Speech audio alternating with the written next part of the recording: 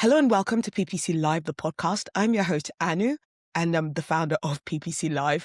And if you're used to hearing from PPC experts about how to ensure we are keeping up with the ever-changing landscape, don't worry, you are still in the right place. Every week, I'm speaking to a different PPC expert about their biggest F-up, but also how they're turning things around, where we'll also share about things that were disappointed, people who helped them out, people who were challenging about things, and just like who was actually the person that really got them through that finishing line of going from problem to solution. Today, I have the delight of speaking to Heidi Sturrock, who has been in the industry for a very long time, longer than myself. And she shares this really important example about the whole broad match, when you use it, how to use it, and how a big mistake actually had a very brilliant silver lining. And as someone who has been also testing AI Max, she also gives us her tips on how to use it, what's been working, what's not been working. So yeah, make sure you do listen to this episode all the way to the end. All right, let's go speak to Heidi. Hello, Heidi. Welcome to PPC Live, the podcast. Hello. Thanks so much for having me. Amazing. Heidi is another one of those we met 5 seconds ago kind of thing. But I promise you, you will not be able to tell. We've just had a really lovely chat. She's bringing the vibes. She's bringing the whole, let's talk about our mistakes. That's where you get your biggest learnings from. And I absolutely love that energy. So you guys are 100% in for a treat with this conversation. So Heidi is a paid search consultant with, oh my God, when I read this figure, I thought I was reading wrong. She's been in this industry for 24 years. Yes, after the episode, after listening, DM her about her skin routine, because she's definitely got some amazing skin routine going on. But yeah, she's been in this industry for 24 years with hands-on search marketing experience with full funnel strategies. She works with in-house teams, freelancers, agencies to level up their performance, tighten up execution, build real confidence in their SEM skills. So whether it's managing Google Ads accounts, coaching through audits, refining campaign structures, or navigating the latest changes, AI for sure. Yeah, she's here to help marketers become true performance leaders and not just the button pushers. Those days are gone. AI is going to do all your button pushing. You need to bring your brains to the table now for sure. So for brands, she helps to give them a deeper support. And she also can step in as a fractional director of search marketing, bringing senior level thinking, team leadership, and paid search strategy without the full-time overhead. So yeah, tired of vague ideas, of half-baked strategies, of I don't know what broad match is about without negative keywords. Yeah, she's the person for you. Or if you just want a second pair of eyes, that's how we avoid the mistakes, really. One of the biggest key of avoiding mistakes is a second pair of eyes, someone who's not been in the account every day, and she is absolutely great for that. And now I'm going to hand her over to share her fun fact, which is something that just blast from the past kind of brand name that she mentioned. So yeah, Heidi, take that away. Yeah. Thanks so much for having me and the awesome intro. Little fun fact about me, as Anu mentioned, I started, over 24 years ago in the search engine marketing industry. And back then, it was around 1999 that I got my first job in paid search. And I was working for a content hub in the height of the internet.com boom. Wonderful network of sites. And one of my first job there was to bring traffic into the portal so that we could get new visitors and really make the ad model work well. Fun fact, back then, Google Ads really wasn't a thing. In fact, it wasn't a thing at all. And Yeah. Yahoo was the Google back then. So Wow. Yahoo was the primary place where you would get your paid search media dollars spent.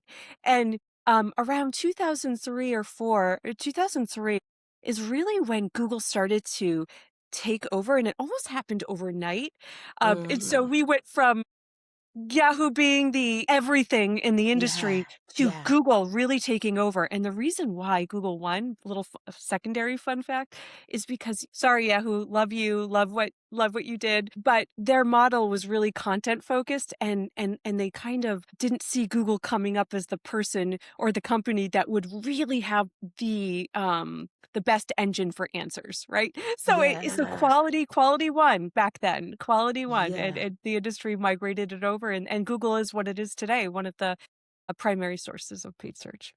Amazing. And I think even like I was speaking to um it wasn't Ginny Marvin, it was somebody else. I was doing some interviews for Search Engine Land and talking about what like Google was like at the beginning. And some people might think like at the beginning they didn't really care about the quality, and they were just like just bringing. I know quality really just came up next. I know it was Fred Valles who is ex Google and he started Optimizer now, and he's like actually from the beginning quality has always been a thing, quality score and that kind of stuff. And so, yeah, because I was going to ask that, like, if Yahoo were the first to market, usually you think first to market wins the race kind of thing. But Yahoo really, really, messed the bed on that one. Yeah, Well, right? they were in a unique situation back then, right? So Yahoo was thinking, I really, really, really want to grow into not only a search engine but a content portal. But what happens sometimes is you lose sight of your core asset, and that was their search Yeah. product. And Google was very happy to say we could do this better, and they Yeah. did. And And they people did. realized that they would prefer to flock to a search engine that could give them more reliable answers quicker, and they would still go to Yahoo for all their content needs. But so and Yahoo, for a while Yahoo did try to stay in the game, Yeah. but I think they came up with the perfect solution, which was they went to Google and they said, "Well, if we can't beat you, we'll join you." Yeah. And Yeah. so Yeah. that's why you Yeah. will see some Yahoo placements and when you Yeah. do your search placement reporting. Yeah, absolutely. Yeah. Bless them. Yeah. Yahoo. And the thing is that because I think they've even come up with like a new, I guess, as news like visible like search engine kind of thing, like new branding for their search engine. And I feel like they keep trying hard. And yeah, I think they're trying to take advantage of like trust for Google is not really great, not been great recently. So Mhm. yeah, some people are trying that. How well they'll do in that area, considering Bing had to try, have been in it and are still trying to like take that market share, and they've not been really great at it. Anyway, we could talk that's another podcast episode, the whole Right. search engine wars.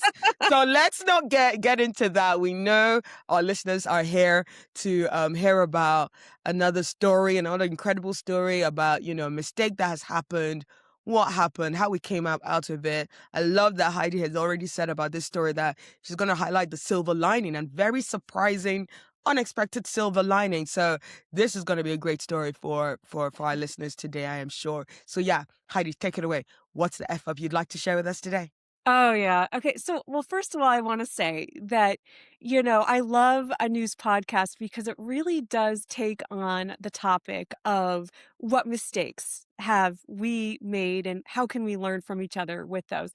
In our industry, it's really, really, really easy to talk about the wins and have that be the forefront of the conversation. But the value really is, what did you learn from making a major blunder, right? Yeah, So yeah, here's one of mine that I'm happy to share. It happened quite a few number of years ago, earlier in my career, but it's still applicable because I still see this happening in accounts when we do our audits.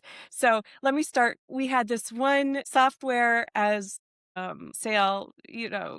B2B Software as a client. service. Wonderful. Yeah, Yeah, yeah, service client back then. They were very high spending account and had some pretty aggressive goals. And they were niche, right? And so they really had this one competitor that they were hyper focused on, in terms of their ability to grow their business.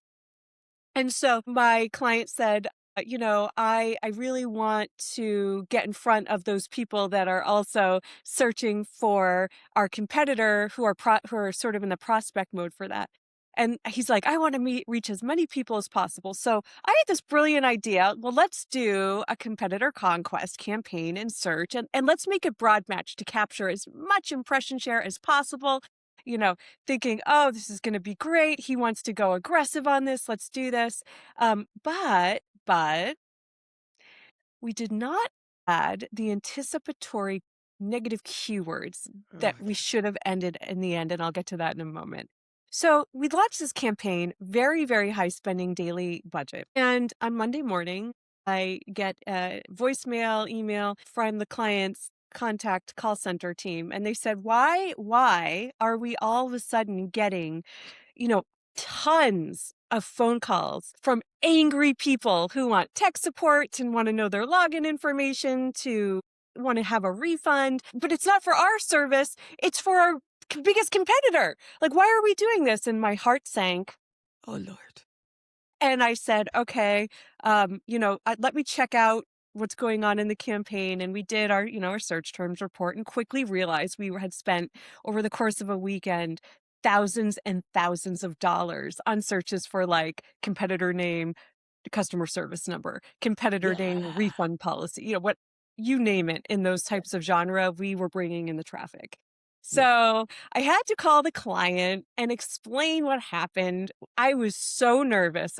Mm, I wanted to just die, but I figured, hey, better just to get this over with right get away. ahead of it. Get ahead of it. I called the client and I explained what happened. And he was actually kind of fascinated with how Broad Match worked in general. He was like, I gave him a complete, because you kind of have to explain in detail Oh, we did. why this happened in the first place. And so I'll never forget this. I thought he was going to totally scream at me, which he Yeah. had the total right to, right? But he didn't. And he goes, so Heidi, let me get this straight.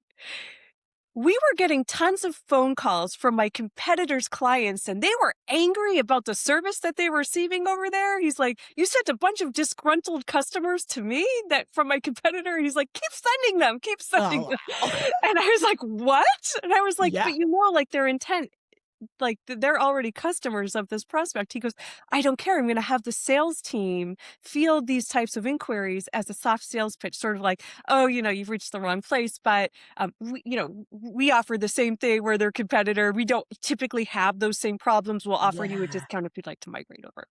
And so Yeah. I was like, that's brilliant. But Yeah. so silver lining, but moral of the story is, please, please, please be very diligent in a broad match Yeah. campaign, whatever you're using that has that capability. Make sure you're very diligent about those negative keywords for sure. Yeah. Yeah. No, that's absolutely right. I mean, honestly, yeah, even as I was hearing you like tell me the story, I was like, will the listeners take this as a good story, or like, oh, I am gonna start doing that now? Because that is you heard like the guy who owned that company, or who was your contact. He had that's very visionary. That's very like a great way of like, the important thing is potential customers came to us. And I think that there is such a missed opportunities with paid search marketers who are like, we're about the clicks and CPCs and ROAS and all these like, acronyms that are very paid search jargon based. And you're like, guys, you're doing paid search for a business. Think about what that the business needs. Like I was at this conference like recently in Munich, SMX Munich, that's run by Sandra Finlay. Shout out to her. She's amazing. And like she put these like fantastic set of speakers together. And one of the speakers were like, we do all these like, clicks, ROAS. You're speaking jargon, especially when you have those client meetings. They want revenue. They want customers, potential customers, because you get people doing all these competitor campaigns. Again, I guess, this was 10 years ago. So nothing new under the face of the sun. People like doing competitor campaigns. And everybody's always like, how do I get the unhappy customers to me? And I think that is actually a big takeaway for our listeners. When your client starts asking for, because I think sometimes when these are you're two different people, like paid search person coming to speak to, a brand. That brand is going to speak revenue and, profit. You're speaking clicks and AOV and ROAS. And so when but at the end of the day, it's the client's money. So it's not what you think that matters. Sorry. At the end of the day, it's what the client thinks that matters. So when a client goes, I want to do a competitor campaign, actually what the client wants to do is get the disgruntled the disgruntled customer of their competitor to come to you. Honestly, that's the biggest translation from that mistake you just shared with us. Yeah, it was When any leader goes, let's do a competitor campaign, you have to go back and think, because I know also, you get a lot of paid search. And sorry, I'm rambling on a little bit. I apologize, guys, but I feel very passionate about this because about the whole. How do you do competitor advertising? There's the school of thought that people are like, don't do it. It's not worth it, because if you don't have a better offer, why are you showing for your competitor's brand term? It's not going to make sense. On one hand, yes, I say that that's my school of thought.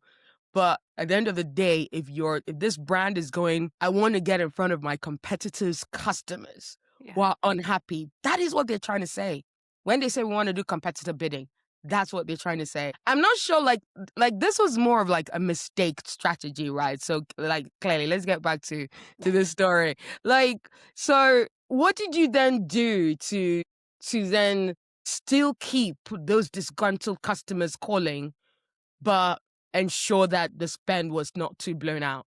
Yeah, so I actually remember what we ended up talking about back then. So we actually then had two different competitor campaigns that we broke it out to. One Mm. specifically looking for the disgruntled folks. We're talking about competitor name plus, problems that they were seeking solutions to after they had Yeah. purchased, refunds, their customer service number, so forth. And then we had just a general, like another campaign for a second competitor campaign that was sort of like, you know, them versus us, right? Yes. So Yes. we could control the spend on each and figure out how much we were spending sending the disgruntled folks over instead of it kind of Yes. just being all lumped into one. So Yeah. it kind of had a further refinement to it. That was the kind of takeaway at the end of that. But we kept it running. We kept it running for quite a Wow. while, actually. Wow.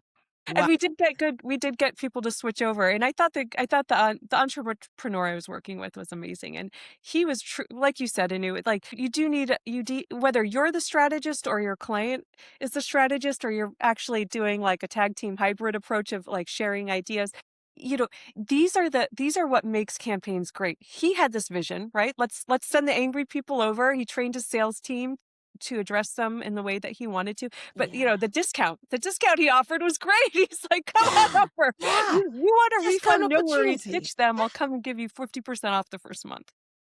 Wow. No, that's amazing. A bit of like those salespeople, like sales guys listening.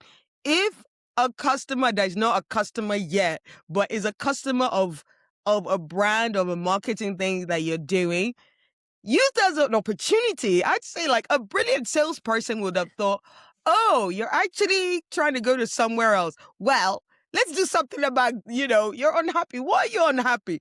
You start a conversation. Isn't that what salespeople are supposed to be doing? Anyway, this podcast is not for salespeople. Let them like sort that out. But yeah, I think that was an absolutely great opportunity. Another thing I picked up, did you guys really set this campaign up on a Friday? Oh, girl, yes, you did. So, folks, listen, every single person who is an expert in the paid search field and has been in this game for years and years has done this at least once. You've Yeah. made a change on a Friday, didn't you? Yeah. You made it. You did it. Yeah. Even if you said you shouldn't do it, you said, "I'll Yeah. just do it this once," and you did Yeah. it. And then it was bad, right? Yeah. Because over the weekend you say, "I'll check on it," and maybe you It do, right? But does. but Yeah. but But sometimes you yeah. don't pay as Sometimes. much attention. You log Yeah. in Monday morning. Oh, that's so fun, right? So, yeah. Oh, yeah. Yeah. I literally was like, Heidi, really? You guys started something on a Friday? Yeah, we need to do a bit of like, oh, what was that about? Yeah, so Oh. second life lesson. Anything, and I'm talking conversion tracking, new campaign launches, especially campaign launches that have significant setting changes or budget changes that are much larger. The algorithm in Google is amazing. It is so smart, and the smart bidding strategies attached to it are phenomenal. But Mm, man, there is a learning period that it adjusts to. That's just yeah. how it works. Yeah. And don't do it on a Friday Yeah. in case you need to help guide it. Just don't. Yeah. Yeah. Absolutely. Yeah. I mean, I think maybe 50% of our episodes at Yeah. some point, someone has gone, don't launch something on a Friday. So if my listeners have not learned that lesson by now, guys, I don't know what to do with you. So yeah, to move on maybe. But yeah, no, definitely. Another point of that story that I really liked is, because something again that I personally really can, when I see this, it doesn't happen all the time, but most of the time, there's so many like silos. You said the salesperson reached out to you guys. So the conversation didn't even happen with this entrepreneur that's your main contact. So the salesperson knew to reach out to your department. Like, how did you build that relationship? Yeah. So I think when we have a client meeting, we often request all of the key stakeholders to be there. So in this case, it was the entrepreneur and their head of sales. And the head of sales was sort of in charge of, we could send all the phone calls to the client that we want, but he really was in charge of the nurturing strategy and so forth. Great. And he was expecting to get nice, warm leads that are coming in through that, are disgruntled, that are genuinely looking for what they want. And while that Yeah. was true, right? Because they were existing customers of our competitors, so they did want these services. He he Yeah. he he was not prepared for the onslaught of angry people Yeah. calling his call center. So the point is, like, have the key stakeholders in the meetings Yeah. with you, Yeah. and you'd be surprised, like, because what ends up happening is entrepreneurs, they are so busy. Heads of Yes. marketing, so busy. Presidents, client leads, they're not always going to be there at the right place and time to loop people in exactly when they need to be. So loop them in, loop all the key stakeholders in place. And so, everyone had my number, everyone had my email. And no one really wants to reach out to you unless there's an important, meaningful reason, right? Yeah. So don't be Yeah. afraid to loop people in. They're Yeah. busy too. They don't want to Yeah. be, but he it was funny, like, and he was a spicy dude, let me tell Yeah. you. The sales of director of sales usually are. And Yeah. I love them. But he's like, "Heidi," and he played some of the angry phone calls for me, and they were, Oh wow. He I was mean, like, listen to it. Listen to what we've been dealing listen with. to the anger. This is what my staff has been dealing with all weekend. But then the entrepreneur comes in and he ties it in and he says, "Oh my gosh, this is terrible, but how can these are the people we've been fighting to get in front of. Like, how can we leverage it?" Yeah, and another thing is that, like, look, even I'd actually say that's that because we talk about red flag clients. I think this is actually a nice case for green flag client because, Yeah. yeah, you guys owned up to mistake, told them what had happened, and it's not so often, and this is not necessarily something you can, because we're always telling people like in that initial call when you're onboarding a new client, you're figuring out what kind of client it's gonna be like. But I think you're really lucky when you get an entrepreneur kind of client who is literally like, where's the opportunity in every situation? Where's the opportunity? Yeah. And it's not just about black and white. Like head of sales guy, he was definitely great at his job, but he was not there to be the, visionary. Like he's probably like, we've done things this way, we need to do it the same way. And and he understands about customers wanting to. He doesn't want unhappy customers on his phone because yeah, salespeople, unhappy customers, something's gone wrong. But if it's you're not the one that's done something wrong, why is that a bad thing? So yeah, it's really good to have like a client that has that vision of like, okay, where's the opportunity? Which is really great. Oh yeah, these conversations have been going in I love the organic way that we've done this. So my God, but yeah, if I oh Lord, this is one of the first times because in other episodes we'll be talking about like, oh, we've only talked for 10 minutes. We've been talking to close for half an hour now already. So this is brilliant. So let's make sure we kind of wrap things up so that we can talk more about even mistakes that other people have made and the AI world as well. We'll definitely touch on that. But before we get to that now, what's your advice to someone who actually is a bit like they've made that mistake? Salesperson has come, has gotten them on the call going, what the heck have you done with this campaign? What's your advice to someone who's just made that mistake? Okay. And this is something that I guide everyone that I work with on teams. When you realize that you have made a mistake or someone on your team has made a mistake, the first thing you have to do is stop the hemorrhaging or the bleeding or whatever's happening. Don't wait for it to turn around. Don't think the algorithm's going to figure it out. Pause whatever is the problem. Yeah. And then Okay. immediately call the client and Yeah. have a conversation. Don't send an email. Don't Okay. Yeah. call and have a conversation, especially if it's a big doozy. And we're talking, thousands and thousands of dollars in mistake, a lost budget, or a lost opportunity. So Yeah. call the client, own up. You've got to own up. You're going to be tempted to mitigate responsibility for the Mm, mistake, to blame it on something else or someone else. But don't take ownership. This was your account. Whether you are leading a team for the account or you are working on the account as a contributor, mm, own the mistake. And then what you want to do is explain to the client why it happened, and then explain to the client what you are going to do to remedy or fix it. Okay. mhm. And that could look like a number of different things. Sometimes part of the situation is salvageable, like I just mentioned with my client, Yeah. mistake that happened all those years ago. Sometimes it's not, right? And sometimes you have to have the tough conversation of here are the things that we now have in place so this will never happen again. And here's how we can either lessen the damage or stop it from continuing to happen. So immediate ownership, Yeah. don't deflect responsibility, and always, always, always propose that solution Yeah. and like next step. Yeah. Yeah. Yeah.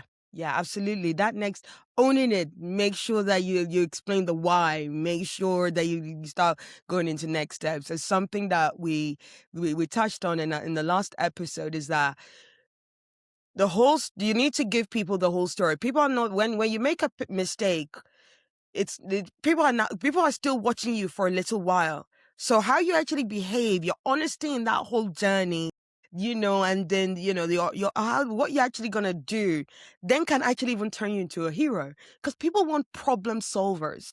Mhm. Every business, every entrepreneur, every heads of sale, they know a business is literally just a lot of series of problems that we're trying to solve. We're trying to get more customers. The Mhm. whole point of actually that competitor campaign was that you had a problem of my competitor has too many customers more than me. I want to get it. Maybe a mistake had happened before that led him to even think of that. And it's like, how are we going to do it? And so life's all about starting about from the problem and how you fix it. And you've given some fantastic, great steps for that for us there, which is fantastic. And before we go, for everybody, so we've just talked to someone who might have just made that mistake. But for everyone listening, what's one takeaway that you'd like to give people before we move? I would say the industry is going to keep changing. Everything is going to be evolving. Here's what I want you to do. I want you to jump right into it. I want you to seize the moment. I don't want you to fight the changes. I want you to Yeah. figure out how to be the master of the new world, right? Yeah. So you're going to be, especially some of you who have been in this industry for a little while, you still Yes. hold on to some methodologies and critical thinking skills that belong in the past. So come on board and be a master of the algorithm and the bidding Yeah. strategies.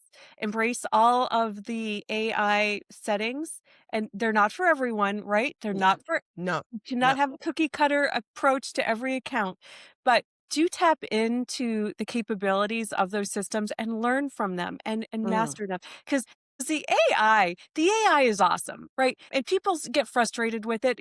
When Performance Max, for example, came out and some of the smart bidding strategies and value-based bidding strategies that rely a lot on data that weren't mm. previously needed, like those can get phenomenal results, but you do have to have the inputs and the patience and you need to know how to master that scenario. So that's my takeaway for everyone. Be scared, right? Be scared because Yes, it's scary. going to motivate you to um move beyond that pain point and really master the new situation. So I would say embrace it. Embrace the new industry standard. Yeah, yeah, absolutely. Embrace the new industry standard, or you will get left behind. Yeah. Like, you can't just be like, I'm going to stick my head in the sand and going to do things how I've always done it. you will lose your clients, and yeah, you will lose the race, whether you like it or not. Don't try and fight Google. Yahoo tried. They failed. Like, literally, learn from Yahoo's mistake. Don't try to be like someone else might do it. But like, Google know what they're doing. So That's true, yeah, right? yeah, get along with it. Uh, okay, now let's talk about mistakes that get under your skin when you're like auditing accounts, or your agency wins a new account and you're like, what has just happened? Maybe like a top three kind of like, yeah, very icky mistakes that you've seen. Yeah, so we do a lot of audits. I come across a lot of fun things that happen, but when we sit down and really ask tough questions about why the performance isn't up to par, or what's happening here, sometimes I think the biggest thing that gets under my skin is when I'm dealing with a product or service that has a much longer attribution window than is set up in the account. So for example, if you're a very high ticket item, or you have a service that requires a lengthy sales process, right? So, they're not making it, clicking on an ad and making a decision to act right there. It's usually weeks, sometimes months, right? Mm, yeah. And the attribution window is set up to 7 days in the account, or even like 15 days or 30 days. Yes. And Yeah. really, it should be much longer than that. Yeah. And what ends up happening is the reason why it's such a pet peeve of mine is I observe what happens in the client teams and the client dynamic. There's this never ending cycle of frustration. Yeah. The client perceives that you are not getting the leads right as quickly as they need to. Yeah. The algorithm and the client team that's supporting the account is thinking, "Oh my gosh, if we could just have a longer attribution window, we'd probably have enough data to feed the algorithm Yeah. in mess." Yeah. So I would say attribution window, make sure it's aligned with how your business actually sees sales come in. Yeah. Yeah. Attribution window. Yeah. The Important. other thing that I think gets under my skin, or more likely is a pain point for everyone, right? The client and the agency team or the provider is when you have a goal, right? So if you're an e-commerce company, a lot of my clients will come to me and say, "Okay, Heidi, we've ran all the numbers, we know our profit margins, yada yada yada. Here's the ROAS target we need to hit every month for this to be successful for us." And so I'm like, great, awesome. Client team nails it. Client team is doing awesome. The strategists on the team that are managing Google are hitting that target. But the client comes back and says, um, "Oh, but the CPC is $40, or the CTR went down. Click through rate went down 10% last week." And we're still hitting the target, but these conversations derail progress, I think, right? Yeah. Because what ends up happening is we start fixating on KPIs that Yeah. shouldn't be your primary metric, Yeah. yet you're Yeah. treating them like it in the Yeah. analysis segment. So, yeah, focus on the source of truth for what makes your business successful, right? And that could be Yes. any number one of KPIs, but don't get caught up in what you hear is bad or good for other things. Those should be touch points and additional data points, right? They should be Yeah. additional data points that inform how you may or may not optimize, but don't use them as your primary levers, because what that's going to do is that's going to jack up your primary goal. Yeah. They're not the same. So Yeah. biggest takeaway there for a pain point is listen to the client, what truly matters to them, and Yeah. then guide any conversations away from unnecessary fixation on the wrong KPIs. Absolutely. Don't fixate on the wrong KPI. And even things comes to your story, like, not that the KPI the sales guys were looking at was wrong, but it could, if you look at another something as an opportunity or a ways to actually do something better. Yeah. Look what your entrepreneur or the business or the owner of the business actually cares about the most. You Yeah. then go, oh, high CPC is actually not a bad thing, even though generally we're like, okay, we don't want costs to go up. Right. That's a fair worry. But if it's driving the right customers, Yeah. that's And all that and matters. and you're so right. And what one of the things that you have to realize now with how Google's bidding algorithms and bidding strategies work is when you are a good search marketer and you are going into that account and you're giving it the right targets and you're giving it the right data to work off of, Google's going to find you high intent customers, right? It's going to enter into the auctions where it's likely to find that person who's going to convert for you. Now, Yeah. if it's a $30 click at the end of the day and you're still getting that customer within a profitable range that you have defined, I would rather send you 10 clicks, really high cost per click clicks that are going to convert for you at the end of the day than hundreds of low CPC clicks that convert maybe half as well, right? It's all about how the numbers work out. So don't be afraid. Don't be afraid of those Yeah. higher CPCs. The way that the algorithm works, so it's entering into just higher intent auctions. Not all the time. Absolutely. I'm not saying that's a free for all you search No. marketers out there Yes. to not pay Yes. attention to what's really going on with how you set up the campaign and in regards to really high CPCs, but don't be afraid of them either if they're netting you results. Yeah. High intent customers is what you're trying to look for. If you're doing high CPCs, low intent customers, like that's a fail. Should not be in this industry at all. So yeah, start from the high intent customers, try to get them as low a CPC as you can. But if it's higher than you expect it to be, but it's still high intent customers, don't worry. Yeah. Don't be afraid of that. For sure. For sure. Absolutely love that. Oh, we're coming near to the end of our the conversation, but I want us to do one mention about AI. What's one huge mistake that you feel we're doing in terms of the world of AI? Okay. So as I mentioned before, big fan of AI. My personal professional goal is to kind of really be on the forefront of that for all of my Yeah. clients coming in. So I highly recommend everyone tap into the bidding strategies that rely on AI and the certain parts of how Google Ads settings are related to that. But I want you to make sure that you don't enter into those situations before you have the right setup. So, Yeah. with AI comes a great responsibility as a Yes. search marketer because we often assume, this is to get exactly what I want. It's supposed to be smarter and more intelligent than the other settings or bidding strategies. But really, what ends up happening is to be successful in this, you need the correct and right first party data to feed it.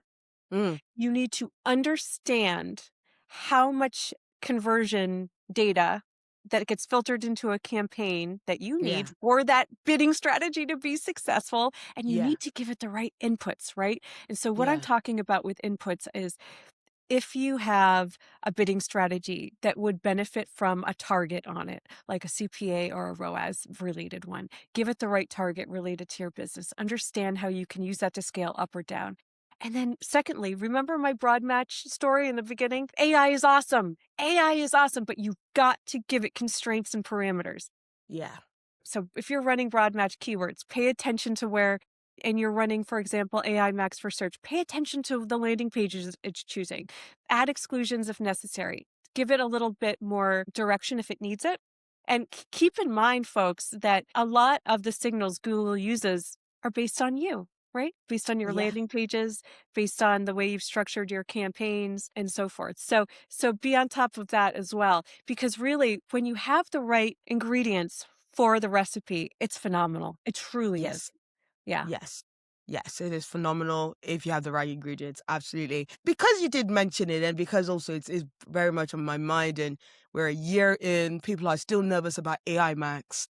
Like, have you tested it? Oh yeah. How is it working out I've for you? tested it on over 50 accounts. I Amazing. have to tell you, I'm going to be honest with you. If you talk to a Google rep, they're going to suggest you run it. Of Here's my course. suggestion to you. Not a bad idea. I'd say I mentioned 50 accounts. I'd say 2/3 are killing it with AI Max for search, and the other third maybe not so much. And it really does boil down to a few things. It boils down to how you set up the campaign in the first place, right? So how much historical data has that campaign had flowing into it that the algorithm could actually learn from and use? What's your budget, the volume? What are the targets you're giving it? Are there constraints? So I would say if you're on the fence on AI Max for search, test it in an experiment first. So Yeah. set up an experiment in your Google Ads account. In fact, I'll be publishing a how-to next week on this. So it's super easy. Don't be scared about experiments if you haven't run one before. They're brilliant and they're low risk mitigation because you can see the results. You have your control. And then you have your arm of the experiment that's there to test. You can just designate how much of your budget in the experiment you want, and you can quickly see, okay, this AI Max for search, it's gonna truly improve results right now, or it's really tanking, and we need to pause it and reconfigure if we're gonna try it again. So Yeah. I would say definitely worth testing. Please do test it, but also understand what AI Max for search truly is. Right? It's a setting in your account, new campaign type or anything like that. Mhm. And it does have levers you can use to control it and guide it. So become knowledgeable about that. Again, on my blog, on my website, you could go and check out AI Max Search, but I have a little guide there for you. But yeah, no, don't be scared. Definitely test it, but use an experiment first. Do not switch everything over at once and just hope for the best. Amazing. Yeah, exactly. Yeah, it's like it's new, but how you should use it is not new. We've Yeah. been hearing about experimenting and testing things.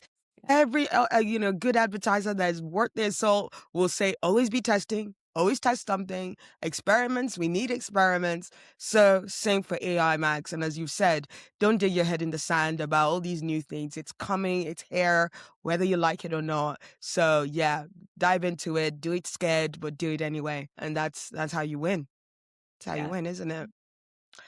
Oh, Heidi, you have given us so much. I feel like we need a part two of this because there's like so many more questions I could ask. And I know that as we were talking before, you're like, yeah, there are other mistakes to even talk about as well. So Sure. yeah, so maybe like on another episode we get you in and talk more about Would love other to be things on that are going again. on.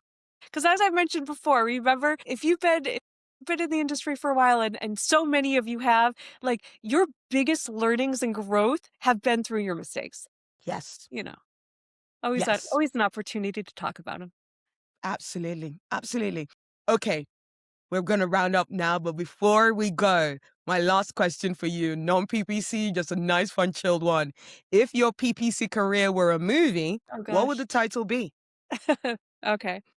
Um, so for all of you people that love the 1980s, I'm going to say Rocky featuring Sylvester Oh, Stallone. Love him because you see reiterations of the industry through the years, and every single time a huge revision comes up, with Google in terms of the rules of the game, how they're operating, how the campaigns are working, what's the opportunity. You kind of get knocked down, right? Because yeah. everything you knew, and this is really true about what was it, 5 or 6 years ago when PMAX came out and more of the Yeah. smart bidding strategies evolved into what they are today. We had to kind of throw out everything we knew about manually controlling every aspect of the account and relearn how to be great strategists and practitioners under the new rules. So you're kind of getting knocked down in the ring and then you're getting up and you've got to win the next match, right? And you have Yeah. like a few minutes to do it, right? So Yeah. I'd say that would probably be my movie. Yeah. Yeah. Rocky. And any of the different parts, are you like particular to like part one, part two, part three, or is like just Rocky in general? I mean, let me be honest. When Sylvester Stallone was fighting, was it the Russian guy, right? I can't even Yeah. remember his name because it's Yeah. been so many years since I've seen this. Yeah. But that was like me with when PMAX came out Oh all god. those years ago. I was like, "What on earth am I Oh facing right god. now? I did not anticipate this." Right? And you had to sort of Oh. learn the weaknesses. You had to learn the strengths to really master that championship fight. Amazing. Amazing, right? Like, yeah, we feel every day feels like a battle. Every day feels like a battle where you're like, new thing we need to try. New, like, how does this work? Yeah, yeah, I think that's like a very, very apt yeah, title for that. So Rocky, that's fantastic. Heidi, this has been such a great chat. I've enjoyed myself so much. Good. Like where can people find you to hear more what you like talking about and your AI mags, like how to use kind of thing. Where can people find you? Thank you so much. So, if you want to come find me, I am very active on LinkedIn. Come find me on LinkedIn, Heidi Sturrock. You can also, if you're interested in some of the guides that I have, they're absolutely free. I'm also giving away a free prompt for how I personally write my highest performing ad copy for the LLMs. If you'd like that, come to HeidiSturrock.com and you'll find lots of goodies for you waiting for you there. Amazing. And if people want to see you in person, because this is pretty much set now, where are going to people see you in person next? Oh, well, I will be at SMX Boston in June. So please come if you're in the area, or even if you're not in the area and you find yourself hankering to come to Beantown. It's where I went to college. It's a wonderful, Oh, wonderful city. You can come to SMX Boston. There's going to be a complete lineup of some of the best and brightest speakers there. Let me tell you, I'm going to also be there. I'm going to be on a panel answering some of your toughest questions at the end on the last day. So please come and see me and ask me all the toughest questions that you can think of. I'm happy to talk with you. amazing. I'm so excited for that because I'm fielding some of those questions and I'm going to be Yay. there putting all those questions together and, and asking Heidi them. I was so excited, like, because she was recommended by Naba Hopkins, she was recommended by Jill Saskin Gales, and we're literally like, well, yeah, that's all the seal of approval that, you need. And yeah, I don't think we've heard enough from Heidi in a while. I know LinkedIn can be a bit of a mad place, but yeah, I hope you follow Heidi, follow her blog. If you don't find LinkedIn fun, that's fine. Follow her blog so that you can still get some of her amazing insights that she's doing. But yeah, for now, thank you so much, Heidi, and hope we'll speak to you soon. Hope to see you. Well, not hope to. I'll definitely be seeing you in June, so I'm very much looking forward to that. But yeah, chat to you Thank later. you. I knew you're the best and brightest. Appreciate you and all the insight that you provide to the industry, and for having me on. So thank you. Ah, thank you. Thank you so much, Heidi, for sharing that very honest and transparent experience and sharing how, like, again and again, do not make big changes on a Friday. Do not even make small changes because small changes can lead to big mistakes on a Friday. Don't do that on a Friday. But also, it's very good to get everybody in the team involved in terms of your brand, key stakeholders involved in terms of when you're doing your paid search activity. Having a visionary entrepreneur, having a visionary founder, the head of the company, being able to know what was important to them and be able to see how that important thing can still be achieved, even during a mistake, is such a green flag of a client. So, yeah, it's always important to really figure out what your customer wants, what your client is actually going out for, so that even a mistake can lead to an opportunity. So yeah, always read in between the lines when it comes to your client request when they're asking for something. So always look out for that. For the full information, full transcript, and all the links that Heidi shared, so to her LinkedIn, to her blog, to get your tickets to make sure that you see her at SMX in June, that's going to be shared on podcast.bbc.live. So that'll be all the show notes and all the details about all the conversations that we had. In terms of our PPC Live events, so yeah, we've got tickets still selling.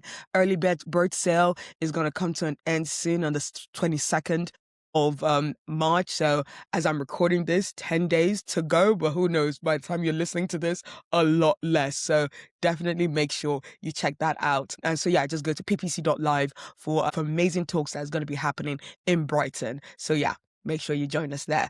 Before I leave you, I'm delighted to share as well that I'm taking on coaching clients. So yeah, we'll be able to do a free 15-minute discovery call to figure out what it is that you need.